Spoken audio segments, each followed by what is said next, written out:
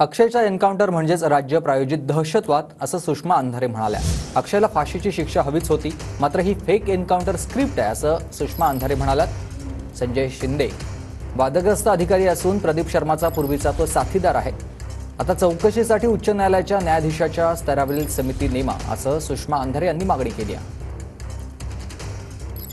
संजय शिंदे हा अत्यंत वादग्रस्त पोलीस अधिकारी, अशा अनेक प्रकरणामध्ये एन्काउंटर प्रकरणात तो वादग्रस्त आहे, कारण तो प्रदीप शर्माचाही काही काळ साथीदार राहिलेला आहे। कुणाला वाचवण्याचा प्रयत्न सरकारने करत आहेत याचं उत्तर सरकारने दिलं पाहिजे, कारण अशा पद्धतीने एन्काउंटर करणं हा स्टेट स्पॉन्सर्ड टेररिझम आहे, ज्याला आम्ही राज्य प्रायोजित दहशतवाद असं स्पष्टपणे म्हणतो। मी असं म्हणते की उच्च न्यायालयाच्या न्यायाधीशाच्या स्तरावरची समिती नेमा आणि या सगळ्या फॅक्ट्स तपासून बघा।